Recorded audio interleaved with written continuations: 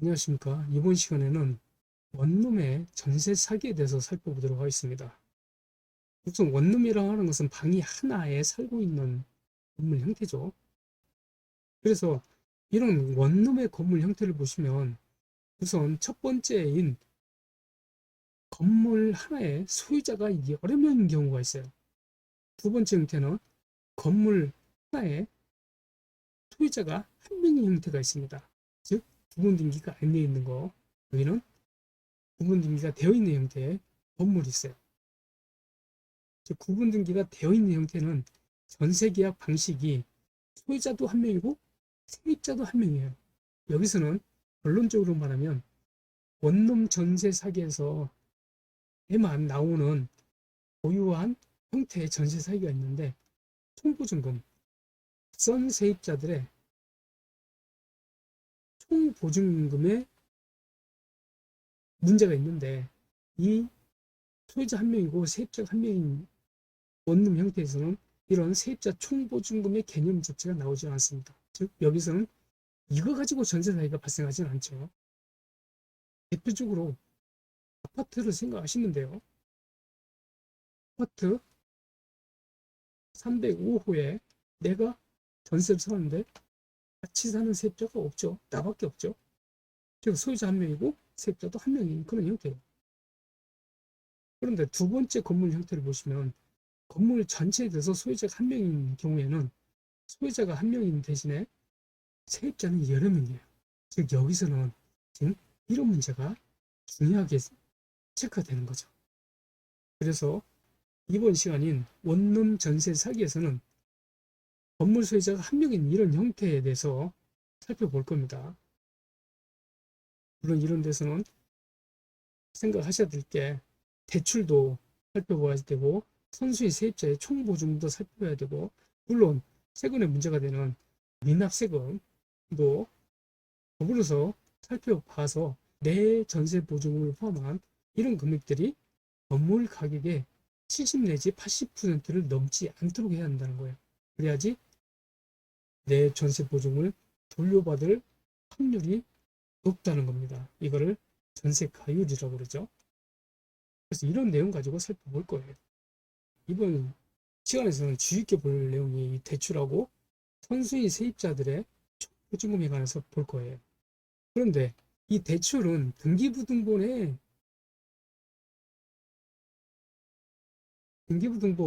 갑구, 을구가 있는데, 갑구, 을구가 있는데 이 갑구는 소유권에 관한 사항이죠. 소유자에 관한. 을구는 소유자 이외의 사항인데 여기에 전세권이라든가 근저당권이나 이렇게 나옵니다. 이런 것들이 나옵니다. 그래서 이 을구에 이 대출은 근저당권이라고 해서 표시가 되어 있어요. 이거는 등기부등본의 을구인데 소유권 이외의 권리에 관한 사항에 대해서 규정을 하고 있습니다. 을구에서는. 그래서 여기서는 대출이 이게 나옵니다. 근저당권이라고 해서 채권 최고액이 4억 5천만 원으로 이렇게 대출 금액이 나옵니다. 세무자는 주식회사 세일이고 근저당권자는 중소기업에서 대출을 받았네요. 물론 이렇게 빨간 줄이 쳐 있는 것은 이 대출이 해결됐다는 얘기입니다. 그런데 이렇게 빨간 줄이 없으면 대출이 살아있다는 거죠. 따라서 이렇게 대출인 경우는 등기부등본에 표시가 되지만 주의할 점은 이 신탁등기에는 대출이 등기부등본에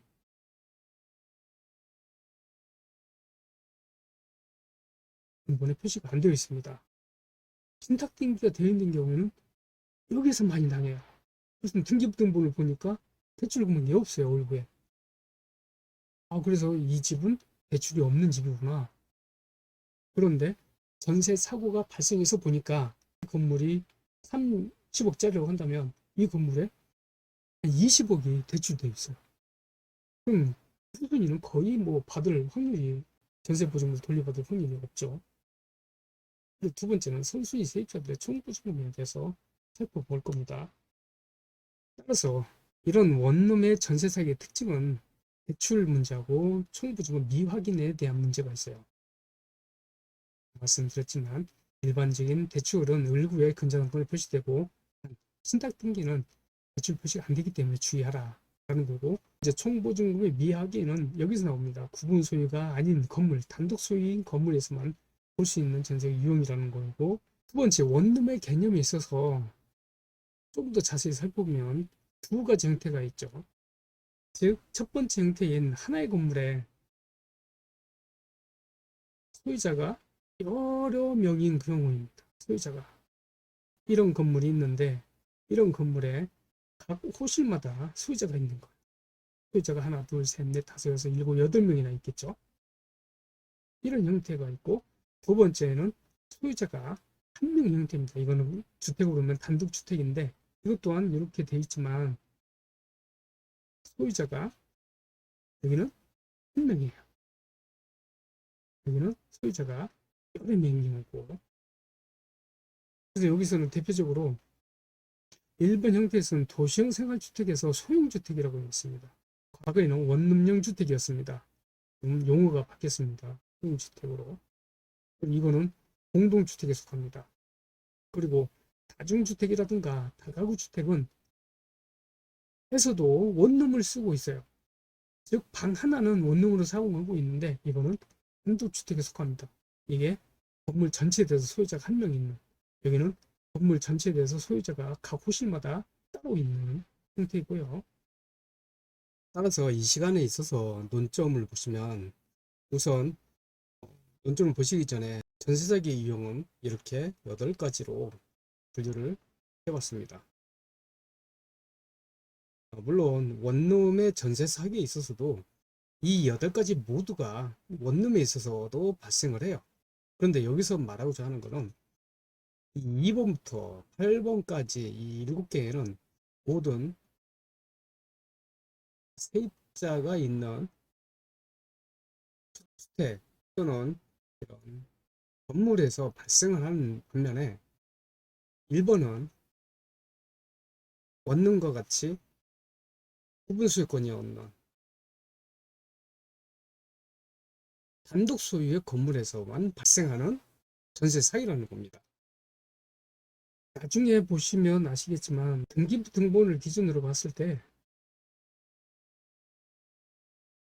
등기부등본이 한 건물에 등기부등본이 한 개인 경우가 문제가 발생을 해요.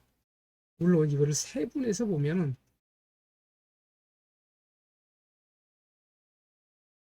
등기부등본 한 개당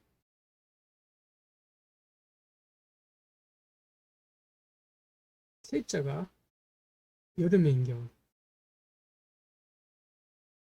요게 정확한 말이에요. 요게 정확한 말이에요.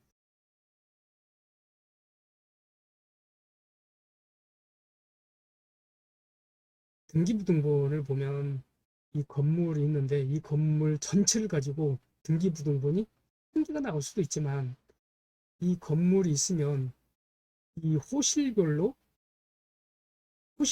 등기부등본이 나올 수도 있고, 그리고 또 어떤 건물 형태는 이 층별로 1층, 2층, 3층 층별로 등기부등본이 있을 수가 있어요. 이런 건물에서는 2층에 세입자가 방이 7개가 있으면 7명의 세입자가 있습니다. 세입자가. 즉, 이 2층에 등기부등본이 하나인데 세입자는 7명이에요. 그래서 정확한 용어는 등기부등본 한 개당 세입자가 여러 명인 경우에 문제가 생긴다는 겁니다. 그런데 이렇게 세부적으로 들어가면 복잡해지니까 단순화시켜서 건물의 소유자는 한 명인데 세입자는 여러 명인 건물 형태에서 나오는 사기 이유입니다.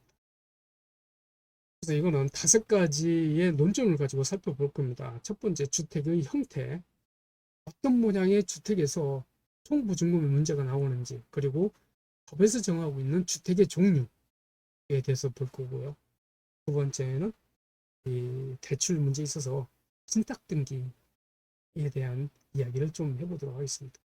그리고 세 번째 점은 성수의 총보증금 확인 방법에 대해서, 이 법이 개정됐어요. 개정돼서 과거만큼 총보증금을 확인하지 못해서 문제가 생기는 그런 경우는 많이 줄어들 걸로 보고 있습니다. 그리고 네 번째는 점은 건축물 대장에 있어서 후기를 볼 건데, 뭐 예를 들어서 집주인이 우리 집은 공동주택이어서, 즉 세대 주택이어서 총보증금 문제는 없다, 뭐 그거 생각 안 해도 된다 라고 했어요. 근데 이거는 집주인의 말이고, 우리는 부동산 거래를 할 때는 항상 공적장부로 확인해야 됩니다. 그래서 건축물 대장을 떼어보니까 이게 다중주택으로 되어 있어요. 원룸인데. 그럼 이 다중주택은 단독주택에 속합니다. 여기서는 총보증 문제가 나와요. 우리는 계약을 할 때 집주인의 말에 의존하는 게 아니라 공적장부로 확인을 해야 돼요. 그래서 건축물 대장에 있어서 후기는 어떻게 되는지 좀 살펴보겠습니다. 그리고 다섯 번째 논점으로는 최우선 변제되는 소액보증금 제도를 이용하는 방법이 있어요. 즉 나는 월세를 좀 하더라도 전세금 전체를 잃어버릴 위험성을 감수하고 싶진 않다 라고 했을 때, 내가 후순위이더라도 우선 내 보증금부터 변제되는 그런 제도가 있어요. 이걸 이용하는 방법도 같이 알아보도록 하겠습니다. 즉 이 시간에는 이 다섯 가지 논점으로 살펴보겠습니다. 우선 첫 번째 논점인 건물의 형태입니다. 즉 이 건물 형태는 두 가지 형태로 봤는데, 집합건물, 즉 공주택으로 보면 공동주택이죠. 그리고 단독 소유 건물 형태가 있는데, 여기는 구분 소유권이 있는 거, 구분 소유권이 없는 걸로 크게는 나눠볼 수가 있어요.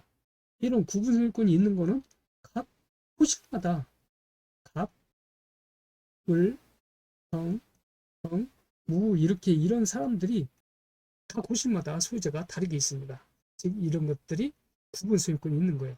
즉 건물이 전체가 있는데, 이 건물 전체가 하나가 있는데 이렇게 이 호실을 구분해서 소유를 한다, 소유권이 있다 라고 해서 구분 소유권이라고 합니다.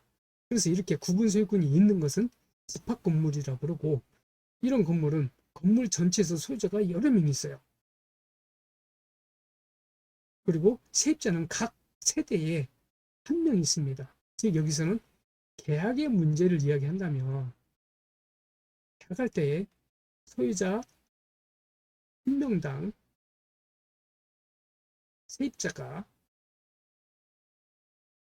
한 명이죠. 그래서 여기는 내가 고려해야 될 문제에 있어서 총보증금 선순위 세입자의 총보증금의 문제는 고려하지 않아. 그래서 이런 건물의 형태에서는 대표적으로 아파트가 있고 연립주택이 있고 다세대 주택, 즉 여기는 세 가지는 공동주택이라고 그러죠. 부분 소유권 있는 오피스텔도 있고, 아까 앞에서 살펴봤듯이 도시형 생활주택도 있습니다. 근데 단독주택으로 보면 이 건물 전체에 있어서 소유자가 갑이라는 사람 한 명이에요. 즉 이거는 부분에서 소유권이 없습니다. 부분 소유권이 없는, 여기는 소유자가 한 명이고 세입자는 여러 명인 경우입니다. 즉 이 건물에 있어서 계약을 하게 된다면 소유자 한 명당 세입자는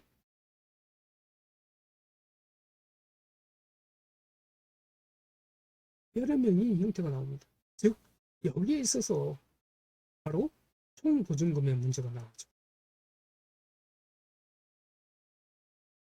그래서 계약을 체결할 때에 이런 형태의 건물 같은 경우는 총보증금을 살펴봐야 한다는 얘기예요. 즉 협의의 단독주택이라든가 다중주택, 다가구주택, 이 세 개를 합쳐서 법에서는 단독주택이라고 그러죠. 그 외에 상가주택 같은 경우, 즉 상가주택 같은 경우에는 1층을 뭐 상가를 하고, 그리고 2층, 3층을 뭐 사무실, 그리고 여기를 다구주택이라든가 다중주택이라든가 이렇게 건축 허가를 받죠. 이 다중다가구는 3계층 이하입니다. 3계층이에요. 3층이 아닌데요? 근데 이 3계층 이하에는 주택으로 쓰이는 층수가 3계층 이하예요. 즉 여기는 단독 소유 건물 형태가 1층부터 2층, 3층, 4층, 5층, 6층이 있더라도, 즉 6층 건물이죠. 이더라도 주택으로 쓰이는 층수가 이렇게 다가구주택, 다중주택이 3층, 4, 5, 6층에서 3층으로 쓰이면 단독 소유 건물의 상가주택으로 볼 수가 있는 거죠. 이거를 근생주택이라고도 그러고 상가주택이라고도 부르죠. 이번에는 주택의 종류입니다. 주택의 종류에 있어서는 건축법에 나와 있습니다. 그리고 시행령의 별표 1에 나와 있는 건데, 크게는 단독주택하고 공동주택으로 나뉘고 있습니다. 그리고 단독주택의 종류는 협의의 단독주택, 그리고 다중주택, 다가구, 공간이 있고, 그리고 공동주택에는 아파트, 연립주택, 다세대주택, 기숙사가 있습니다. 여기에서 이제 주택법은 이 규정을 준용을 하고 있어요. 그런데 단독주택에서는 여기까지, 협의의 단독, 다중, 다가구까지, 그리고 공동주택에서는 또 여기까지, 아파트, 연립, 다세대 주택을 주택법에서는 이렇게 세 가지로 준용을 하고 있습니다. 이번 시간에 원룸의 전세세계 관련해서는 이런 세부적인 내용들이 중요한 것은 아니라 넘어갈 텐데요. 그래도 뭐 간단하게 특징들을 본다면 주택법에서 말하는 주택의 종류에 대해서 한번 보도록 하죠.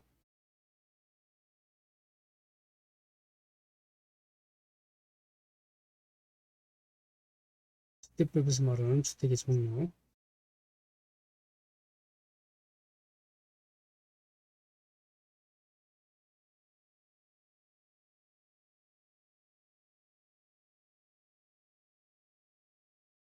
우선 단독주택이 있고 공동주택이 있습니다.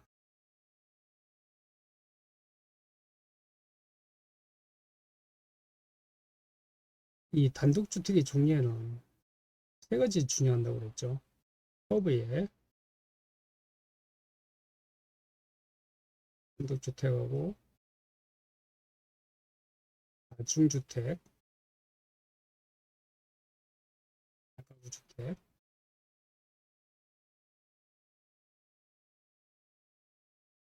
공동주택은 들어가 있고 연립주택이 있고 다세대 주택이 있습니다. 그래서 여기서 협의의 단독주택은 별다른 규정이 없어요. 그냥 저희들이 골목 지나가다가 단독주택 같다 라는 이런 모양 형태가 단독주택입니다. 어떤 면적이라든가 층수에 대한 제한도 없어요. 마음대로 지을 수가 있어요.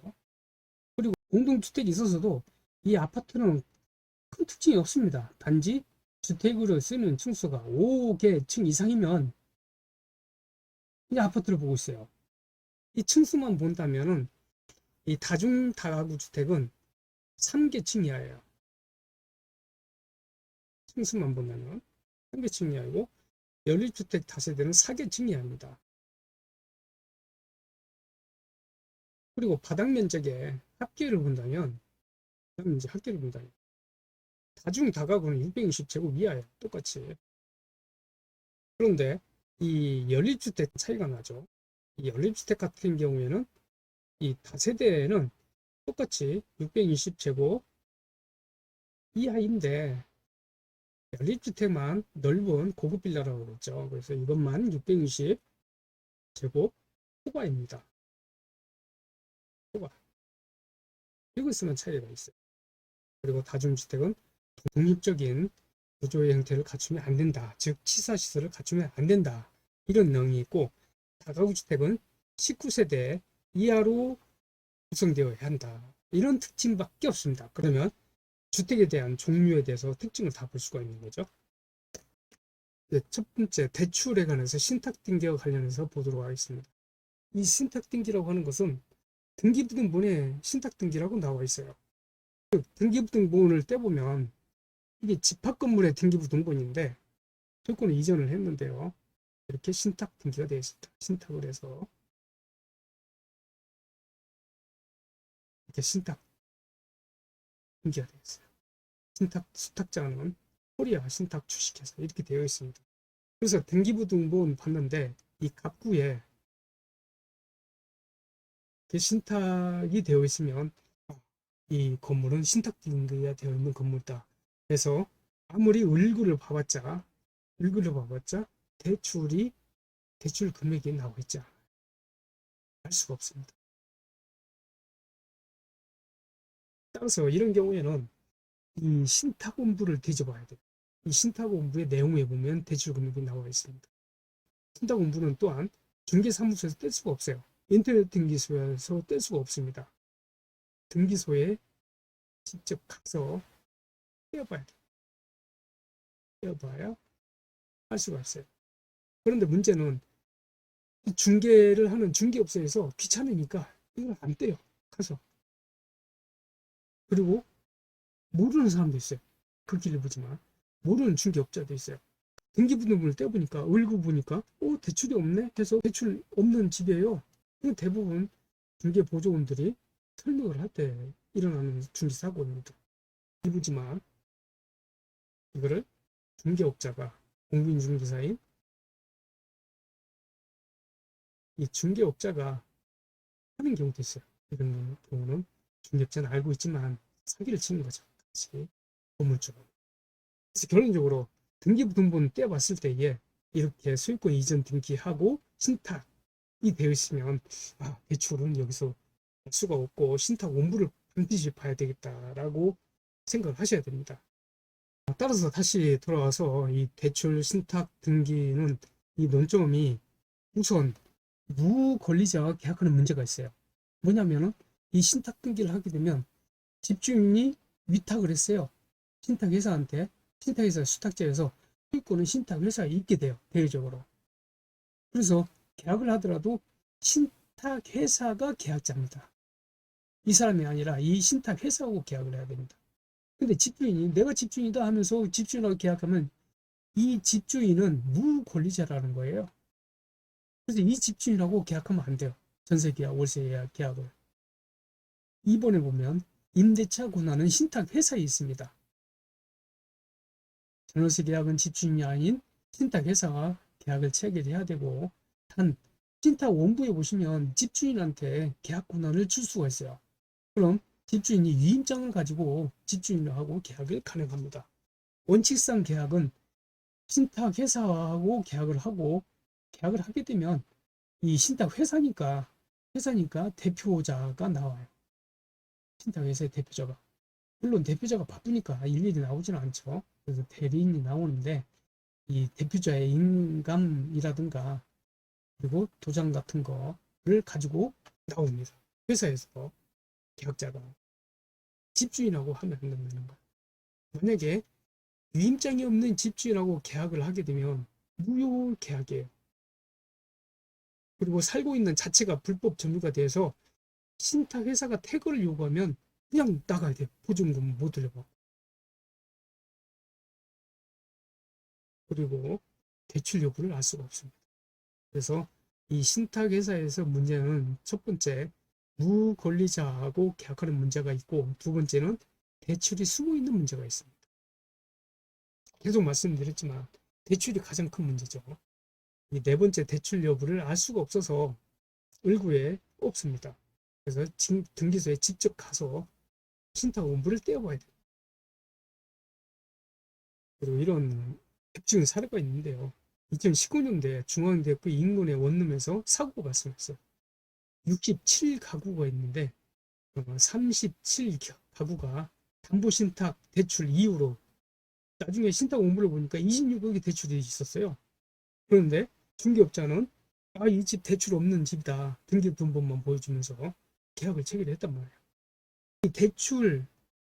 이 신탁 대출이 있은 이후에 신탁 등기가 된 이후에 후순위자가 37가구입니다. 후순위자. 그래서 이 후순위자는 실적으로 이 집이 경매에 들어와서 이 대출 빠지죠. 그리고 선순위자들이 있죠. 30가구가 선순위죠. 선세 입자죠. 선순위 세입자. 이 사람들 찾아가면 후순위자인 37가구는 거의 찾아갈 게 없어요. 보증금 떼었다고 보시면 돼요. 여기는 터치를 하면 기사로 바로 같은데요. 한번 보겠습니다. 이런 내용이 2019년도에 이런 기사 내용이 나왔었습니다.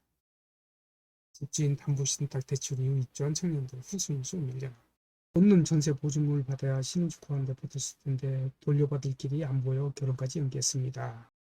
이 씨는 후순위 수익자로 밀려났다. 신혼집 마련할 때 보태려던 전세 보증금 6,500만 원 날린 판이다. 피해자는 이 씨만이 아니다. 라고 해서 많은 원룸 세입자들이 문제가 된 기사 내용입니다.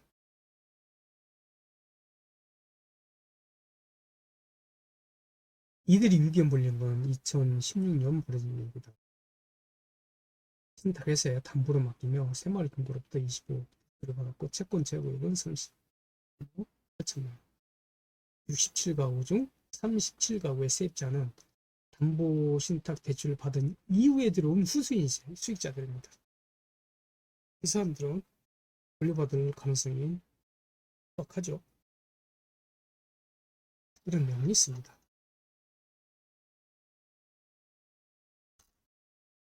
세 번째 논점인 선수인 세입자들의 총보증금 확인 방법입니다. 우선 이건 법이 개정돼서 이전에는 총보증금을 확인할 수 있는 방법이 굉장히 제한적이었죠. 집주인의 말에 의존할 수 있는 방법밖에 없었죠. 지금 법이 개정됐습니다. 이제 임대인의 의무로 이제 법을 개정했습니다. 임대인은 계약을 체결할 때에 납세증명서, 지금 미납세금 있으면 미납세금 여부를 파악하기 위해서 납세증명서와 확정일자 부여일, 보증금 등 정보를 제공하거나 열람 내에 동의하여야 한다. 이렇게 법을 바꿨습니다. 주택임대차보호법 3조의 7항 보시면 임대인의 정보 제시 의무가 있습니다.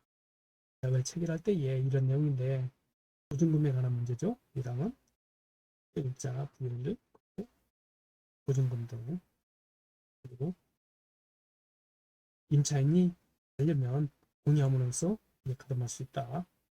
그리고 미납 세금에 관한 이야기도 같이 보면 국세에 관한 거, 지방세에 관한 거, 그리고 미납 국세, 체납액 이런 것들을 열람하는데 동의해라라는 거죠. 그리고 자세히는 만약에 국세징수법, 지방세징수법을 보시면 보증금이 1,000만 원을 초과하는 경우에는 동의 없이도 이때는 열람이 가능합니다. 세입자가. 임차인도 계약을 체결하는 자는 임대인은 동의를 받지만 확정일자 부여 기간에 정보제공을 요청할 수가 있습니다. 물론 이 동의를 받는다는 것은 법이 개정이 안 돼 있어요. 그런데 이전에 법이 이기 전에 임대인의 의무에 의존할 때에 이런 규정하고 지금은 법이 개정된 이후에 임대인의 의무로 법이 바뀐 이후에 이런 법의 규정은 의무가 다르죠. 이때는 반드시 해야 되는, 동의를 해줘야 될 의무가 있는 것처럼 해석이 될 수가 있죠. 떳떳하면 안 해줄 이유가 없지 않습니까? 그리고 세 번째 안전장치입니다. 보증금에 대한 안전장치를 해놨는데 세 가지로 해놨습니다. 첫 번째는 살펴봤듯이 임대인한테는, 집주인한테는 의무로 해놨고, 두 번째 임차인한테도 열람권을 줬고 열람할 수 있는 열람권이 있고, 이제 세 번째는 중개사한테 주어졌습니다. 중개사한테도 어떤 고지 의무를 주었습니다. 고지 의무. 즉 개업중개사라고 해서 법적인 용어죠. 이런 개업 공인중개사는 중개 의뢰인에게 이런 정보 제공, 열람 인정할 수 있다는 이런 사항들을 있다라는 것을 의미적으로 설명해요. 즉 세입자는 뭐 법적으로 무지한 사람들이죠. 잘 모르는 사람들이죠. 그래서 법에 중개를 하고 있는, 법을 좀 알고 있는 중개사가 이런 권리가 있다. 그리고 임대인한테는 정보 제공해야 될 이런 내용이 있다라는 걸 설명하라는 거예요. 중개 의뢰인에게 이런 사항이 있다라는 것을 설명하라는 겁니다. 그리고 이런 계약을 할 때 이런 전세가율이 대출이라든가 미납세금, 보증금, 그리고 내 거를 합친 보증금까지 합쳐서 건물 가격의 70 내지 80% 이하여야 된다라는 전세가율을 이야기하는 거죠. 이때에 이런 70, 80%는 경매됐을 때 한 번 정도 유찰될 거를 대비한 이야기죠. 법원마다 다르지만 서울은 한 번 유찰됐을 때 20%, 그리고 인천, 수원 등은 30% 등이 저감되는 금액입니다. 지방마다 법원마다 다릅니다. 네 번째 논점입니다. 건축물 대장이 있어서 주택의 종류 표시인데요. 근린생활시설로 표시되는 경우도 있습니다. 아까 봤던 중앙대 원룸사기에 있어서 나오는 건데, 여기에서는 등기부등본 떼보면 이 소유자들이 층별로 되어 있어요. 지층, 1층, 2층, 3층 등을 각각 층별로 등기부등본을 해놨습니다. 이렇게 근생으로 건축물 대장에 표시가 되어 있고요. 다중주택의 형태입니다. 다중주택은 단독주택의 한 종류라고 그랬죠. 그리고 건축물 대장 보면 이렇게 다중주택으로 표시가 되어 있습니다. 건축물 대장도 소유자가 나와 있어요. 건축물 대장에서도 소유자를 이렇게 볼 수가 있습니다. 다가구 주택에 대한 건축물 대장입니다. 이 다가구 주택도 종류는 단독주택의 종류죠. 건축물 대장을 보면 이렇게 다가구 주택이 표시되어 있습니다. 물론 이렇게 지금 이쪽 중 한쪽이죠. 이쪽 중 이쪽을 보시면 또 5층에 다가구 주택이 이렇게 나와 있습니다. 다가구 주택 나와 있어요. 1층, 2층은 사무실 해가지고 이 건물을 보면 법적인 용어는 아니지만 이게 바로 상가주택이라고 부르기도 하고, 이런 것들은 다 법적인 용어는 아니죠. 실무상 쓰는 용어들이죠. 어쨌든 건축물 대장에 이렇게 표시가 되어 있어요. 마지막으로 다섯 번째 노점인 최우선 변제되는 소액보증금 제도를 이용할 수 있는 방법입니다. 등기부등본 봤을 때 최초 담보물건, 즉 최초 은행 대출을 받았을 때의 날짜를 보는 건데, 이런 경우는 대부분 신축 건물이라든가 아니면 대출이 없다가 나중에 대출을 받는 그런 경우이겠죠.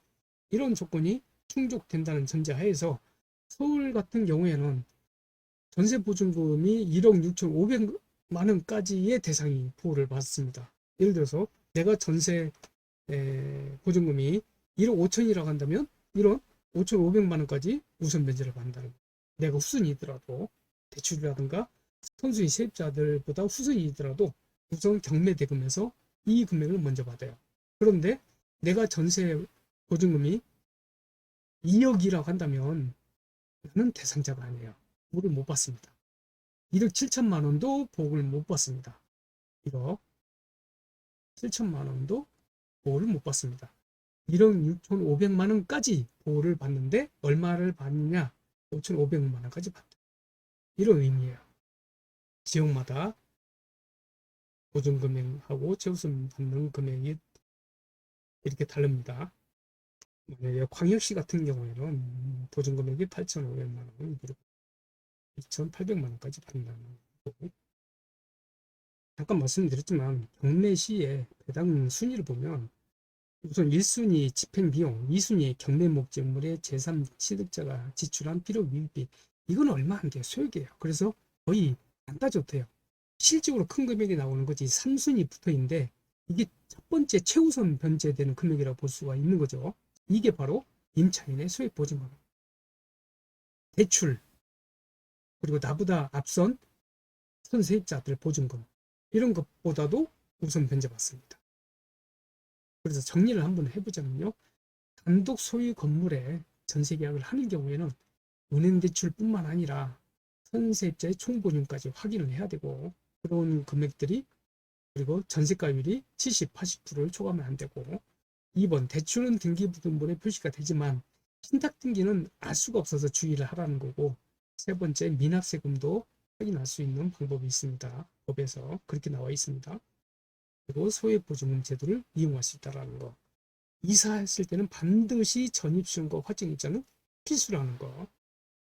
만약에 이사를 하는 집에 전입신고를 못하는 상황이 있는 경우에는 예를 들어서 뭐 건물주가 전입신고를 안 하는 조건으로 계약을 하자 뭐 이런 이야기를 한다면 전세권 등기라도 해야 됩니다. 그리고 결론적으로 이야기했을 때 총보증금을 포함한 무언가를 확인하기를 꺼려하는 집주인이라고는 계약 자체를 하지 마세요. 뭔가 안 좋은 게 있습니다. 부동산 거래의 원칙입니다. 네, 여기까지 해서 이번 시간에는 원룸 전세 사기에 대해서 살펴봤습니다. 다음 시간에는 또 그런 내용으로 찾아뵙도록 하겠습니다. 고맙습니다.